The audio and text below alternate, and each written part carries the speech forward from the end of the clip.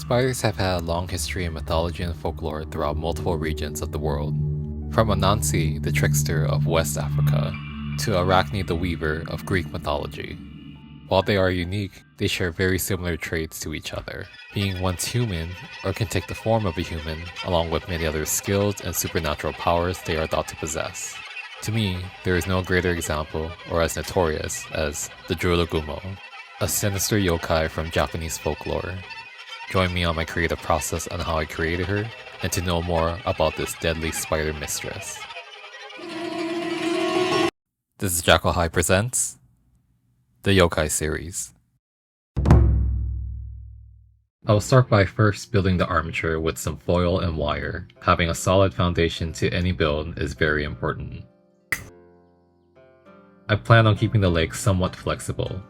This will allow me to repose them later. With my two equal sets of spider legs, I can join and build them up with the rest of the armature. Based on a real spider that shares the same name, the Jorogumo, Joro Spider, or Golden Orbed Weaver, known in English, is the most well-known of the arachnid yokai. Back to the build, I can begin to cover this with clay, using Super Sculpey Original. Applying some clay glue to help adhere the clay to the armature. Then gradually add the clay and bulking out the general shape that I want. Being solitary and mysterious creatures, they are thought to have otherworldly magical powers. It has been said that once a Joro spider has reached the ripe old age of 400 years, this is when they gain their supernatural powers and evolve from preying on insects to having a taste for human flesh. Specifically, young, attractive men, masquerading as beautiful, sexy young women when they are on the hunt, with their amazing shapeshifting abilities, with high intelligence and skills in trickery to match. I'm taking a break from the body to start building up the head, switching over to using Cosclay. The consistency and flexibility is what I really like about this clay. Just gonna add some temporary guidelines to help with getting my proportions just right. For her face, I was inspired by the beauty makeup of geisha women and wanted to incorporate that, but with a very scary twist. So having certain exaggerated features is going to help when I get to the painting process later on. Also taking some inspiration from creepy oni masks and Japanese girl dolls. The Jorogumo dwells in caves and forest areas, but makes their way around cities, towns, and rural places to find their next meal. It is with ease that she transforms into a young maiden and uses her power of seduction to win the affection of a handsome young man, luring him back to her neck of the woods. The unsuspecting young male thinks he is getting love and affection following her home. It will be too late for him when he realizes the true nature of her cruel intentions. These men are never seen or heard from ever again. Now with some copper wire, I'll be making the armature for the hands. I want them to be long and bony, much like that of spider legs to go along with the theme. Once the fit and size is good, I can now start applying the clay, once again using Cosclay to avoid any breakage.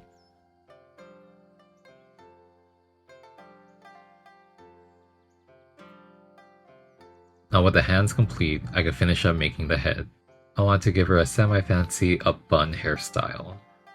First by bulking out the general shape, then blending and smoothing out everything so that we have a nice and even surface to work with. Then going in for the details of the hair texture. Using a fine tip point or a blade works best. For an added detail, I created some loose strands for a semi-messy hairstyle.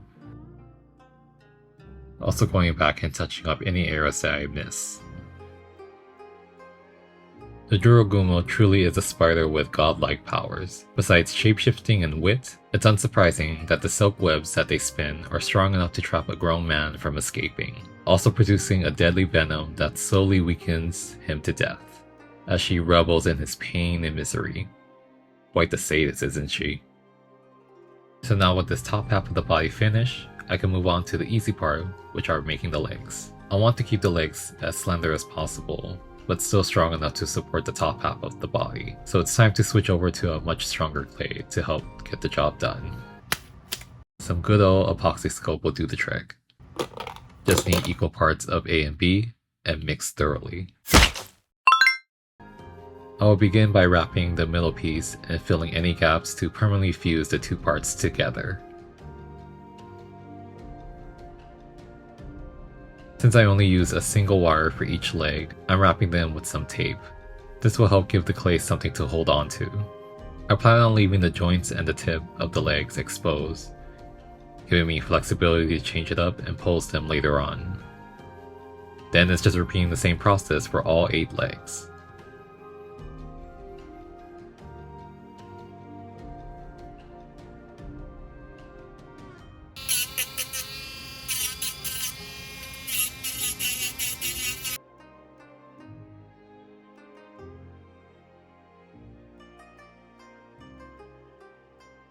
Now with everything sculpted, only thing now is to finally paint.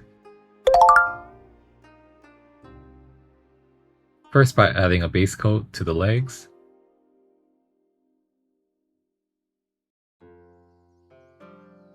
as well as the body.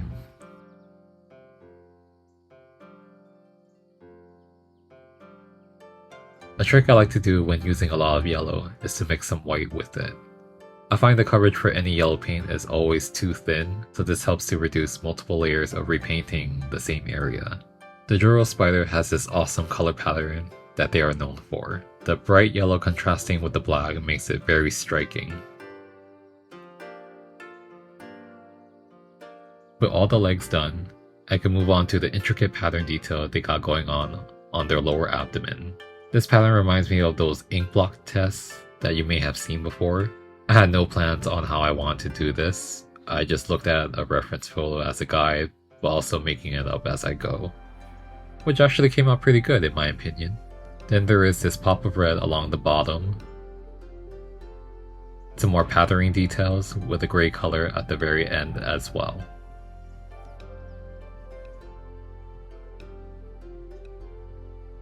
With the same gray color, I'll finish up the back details. This pattern was much easier to do, since it was painting very jagged stripes, which also kind of resembles a bumblebee pattern.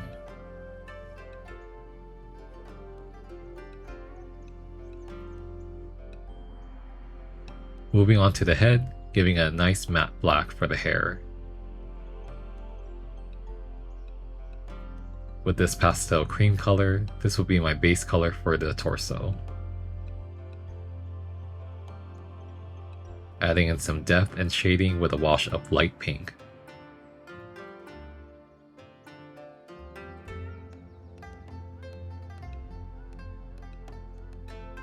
Saving the best part for last, it's time to finally paint the face, first by covering it all in white. Going all black to make a pair of unsettling, soulless eyes. Now that we got the creep factor, I want to still incorporate the beauty aspect. Using some red, I'll be dressing up the eyes, the lips, and a little bit of blush. After I painted the hands, it looks like it was missing something. I thought about making them black, but there's already so much black going on with the legs already. So, when in doubt, just cover it in blood. Everything is better with blood after all. Lots and lots of blood. Okay, I'll stop saying that now. Only thing now is to attach these hands.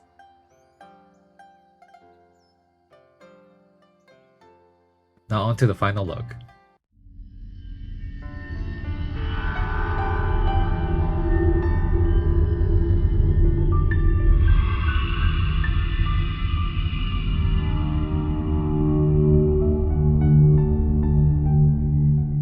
Hope you enjoyed my take on the Jorogumo. Let me know what you think of her in the comments down below. If you enjoyed this video, remember to give it a like, and consider subscribing for more yokai and art related projects like this in the future. That's all I have for you for now. Hope you're having a lovely day, and I will see you in the next one.